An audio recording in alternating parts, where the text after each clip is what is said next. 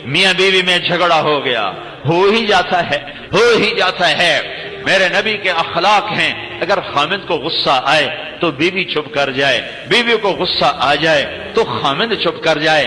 مرد ہونے کی غیرت نہ دکھائے کہ میں مرد ہوں، یہ دیکھے کہ اس عورت نے اس کی خاطر بچے جنے، پیٹ پھاڑ دیا، ماں چھوڑ دی، باپ چھوڑ دیا، بھائی چھوڑ دیے، بہنیں چھوڑ دی، ایک بول پہ اس کے گھر آ گئی اور ساری زندگی پرائے گھر گزار دی، اور آگے سسرال والوں کی مرضی اسے سولی پہ لٹکائیں یا محبت سے چلائیں۔ عام طور پر ہمارا معاشرہ، سسرالی معاشرہ بڑا ظالم معاشرہ ہے، آنے والی بچیوں کو تار تار کر کے رکھ دیتے ہیں۔